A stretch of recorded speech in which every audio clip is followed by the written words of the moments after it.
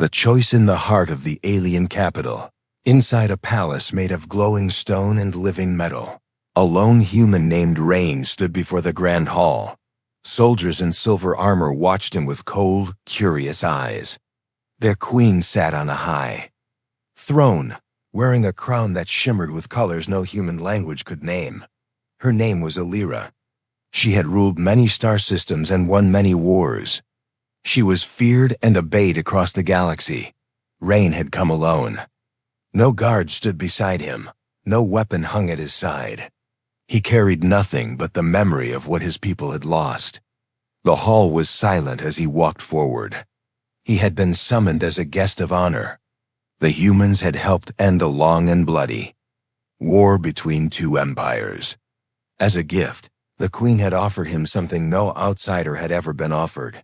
She looked at him with sharp, golden eyes and spoke in a voice that echoed across the walls. She said he could ask for anything. A ship, with power beyond imagining, a planet full of riches, a life that would never end, technology far ahead of human science. Anything he could dream, she would grant. But Rain did not look impressed. He did not bow. He looked at her with calm eyes and gave his answer in a voice without fear. He said, "I want you." A heavy silence filled the hall. No one moved. No one spoke. The queen blinked once. Her lips parted, but no sound came. At first, some in the hall thought it was a mistake, a joke, a strange human habit. But Rain's face showed no humor. His voice was steady. He had not come to play games. The queen laughed, not in joy but in shock. No one had ever spoken to her like this. She ruled with strength. She gave orders. She received praise. She never heard words like this. She asked him to explain. What did he mean? Did he want to take her prisoner? Did he want to marry her? Did he seek her power? Rain shook his head. He said, "I want you as you are. Not your title. Not your throne. Not your empire. I want the person no one sees. The one behind the crown." The queen's guard stepped forward, unsure of how to act. But Alira raised her hand. Her face showed no anger, only confusion. She asked again, "Why would a human ask for this?" Rain gave no long speech. He simply said, "Because you offered me what no human has ever been given. A true choice. And this is my choice." A whisper moved through the court. Some called it madness. Others called it bravery. The queen rose from her throne, walked down the steps, and stood in front of him. They were of different worlds, different blood, different beliefs. But something passed between them in that moment. A spark that had nothing to do with war or peace. She looked into his eyes and saw no hate, no hunger for power. Only truth. Her world did not understand it yet. But something had changed, and in that one bold moment, the story of a galaxy took a turn no one expected. The fallout after Rain spoke his wish in front of the alien court. The grand hall changed. The silence was no longer peaceful. It became heavy. No one dared to speak too loudly. Some guards placed hands near their weapons, unsure what the queen might order next. The queen herself stood still, her eyes locked on the human who had just shaken her world without speaking another word. Alira turned and walked away from the hall. Her steps were slow but firm. She gave no command. She looked at no one. Her cloak flowed behind her like a silent shadow. The crowd watched her vanish through the golden doors that led to her private chambers. Rain remained in the hall. He stood calmly. The guards, now unsure, surrounded him but did not harm him. An advisor approached with a voice that tried to remain calm. He said Rain would be taken to the guest wing, not as a prisoner, but for his own safety. The human nodded. He followed without argument. Inside the palace walls, news of his wish spread fast. Some called it foolish. Others called it clever. A few even whispered that the queen had finally met someone who did not fear her. The older nobles were angry. The younger ones were curious.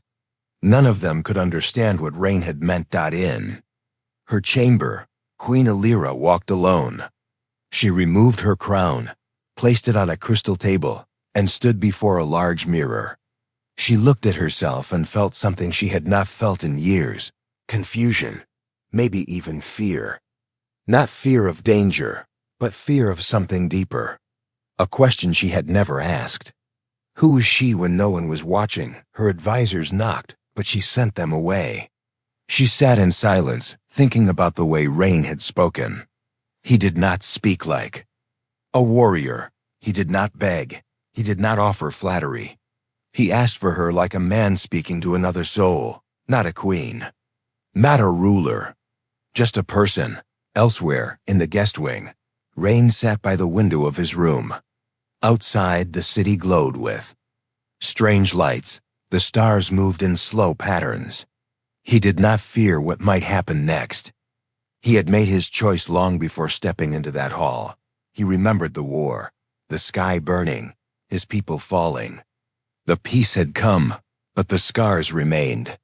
He had seen Queen Alira from a distance once during the first meeting between species. She had spoken with cold power, but her eyes had betrayed something else.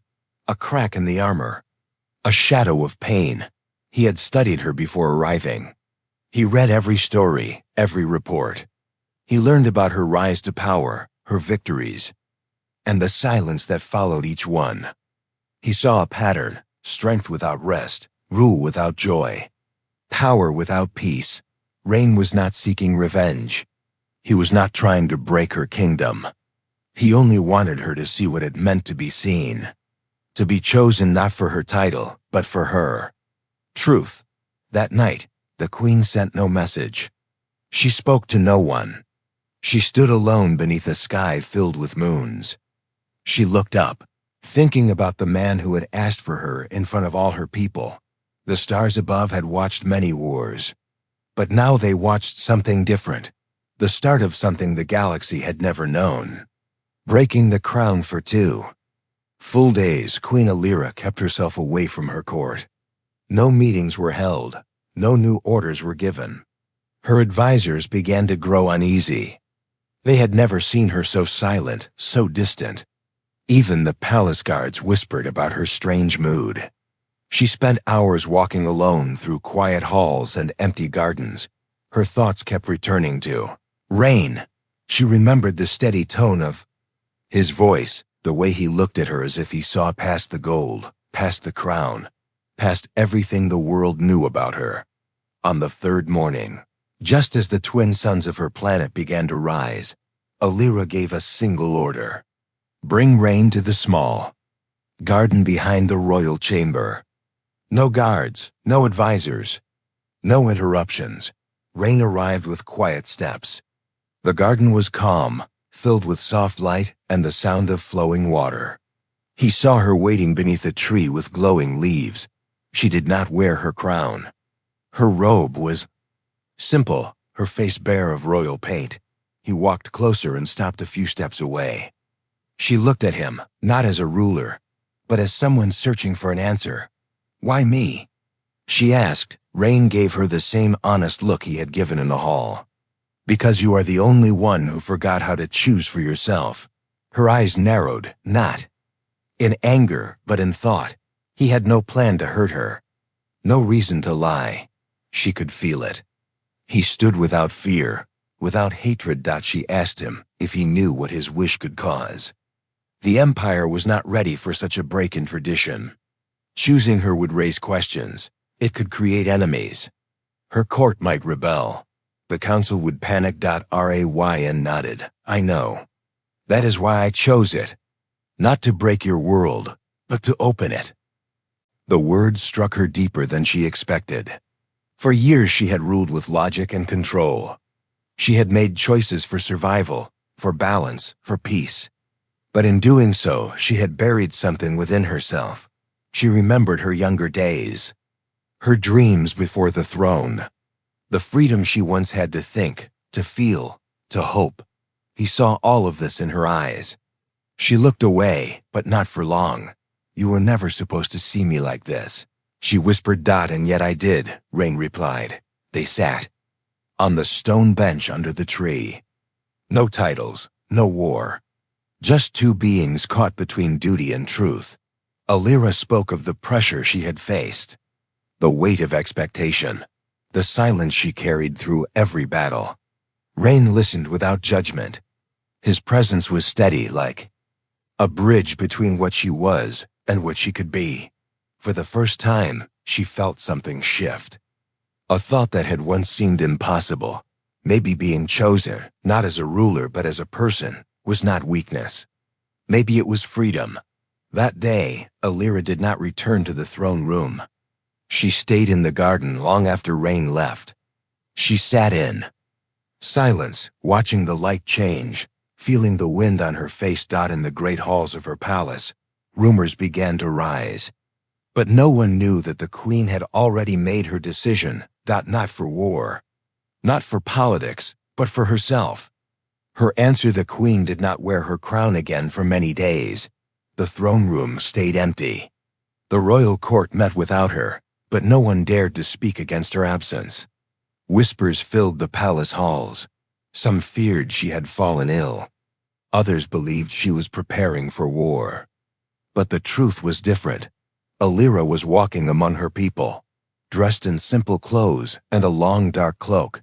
She moved through the lower levels of the city where no ruler had ever stepped before. No one recognized her. She stood beside workers as they repaired damaged streets. She watched merchants argue over prices. She listened to children play games under glowing trees. Everywhere she went, she listened. She heard voices full of hope and voices full of pain. Some blamed her for what they had lost. Others praised her for keeping the stars at peace. But none of them knew who she really was. She saw faces that reminded her of her younger self, back when she had dreams of flying ships, exploring strange worlds, writing music, and laughing freely. Before the crown, before the war, before the silence. And through it all, she thought of Rain. His words echoed in her mind. He had asked for her, not the ruler, not the warrior, not the legend. Just her. She had never known anyone who made such a choice. Everyone wanted something from her. Everyone except him. One night, she stood on a high platform and looked over the city. Lights stretched far into the horizon. For the first time in her life, she allowed herself to cry. Not for loss, not for guilt, but for the part of her that she had buried long ago. The next day, she returned to the palace. Not as the queen, but as Alira. She asked her guards to bring Rain to the quiet chamber in the inner gardens. No court. No titles. Just the two of them. When he arrived, she stood beneath the same tree where they last met.